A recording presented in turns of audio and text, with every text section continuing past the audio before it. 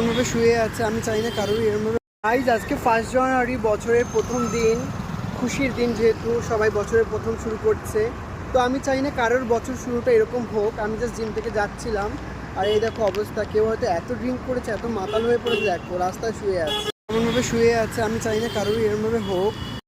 দেখো গাইজ, আমি কেউই চাই না যে বছরের প্রথমটা এরমভাবে কেউ শুরু করুক, আর এরমভাবে দেখে সত্যি খুব খারাপ লাগছে।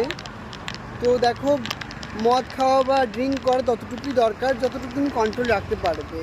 এত ওভার খেয়ে তো কোনো লাভ নেই না। দেখো, তোমার বাড়ির লোকজন হয়তো, জানি না, আমি ওনার ভিডিওটা বেশিটা শেয়ার করিনি আমি, কারণ খারাপ লাগছে না সত্যি। তাই তোমাদের সঙ্গে জাস্ট একটুখানি ক্লিপ শেয়ার করলাম যে দেখো কীভাবে শুয়ে আছে, কেউ ওকে ধরছে না। একটা মানুষ ওকে তুলছে, তাও এত নিগড়, এতভাবে ঘুমাচ্ছে, মানে পুরো মাতাল হয়ে শুয়ে আছে, ওর কোনো হুঁশই নেই।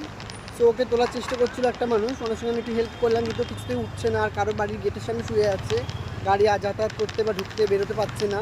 তো আমি জাস্ট এইটুকুনি বলবো, মদ খাও, ড্রিঙ্ক করো, সব রকমের নেশা করো, যতটুকু তুমি কন্ট্রোল রাখতে পারবে।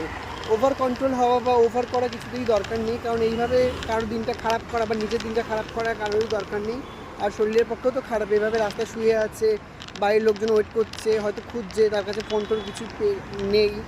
আর বাড়ির লোকজন হয়তো চিন্তাও করছে, সারাটা দিন শুয়ে আছে এরকমভাবে, নিশ্চয়ই কালকে রাতেই মদটা খেয়েছে, আর এখন সন্ধে হয়ে গেছে। তো সবার কাছে এইটাই রিকোয়েস্ট যে মদ খাও, ড্রিঙ্ক করো, সব কিছুই করো, জাস্ট লিমিটের মধ্যে করো, ঠিক আছে? আর কালকে রাতে আমি উইশ করেছি সবাইকে হ্যাপি নিউ ইয়ার এভরিওয়ান। তো সবাই ভালো করে দিনটা কাটাও, বছরটা কাটাও, বাড়ির সবাইকে ভালো রাখো, আশেপাশে সবাইকে ভালো রেখো, সুস্থ থেকো। বাই।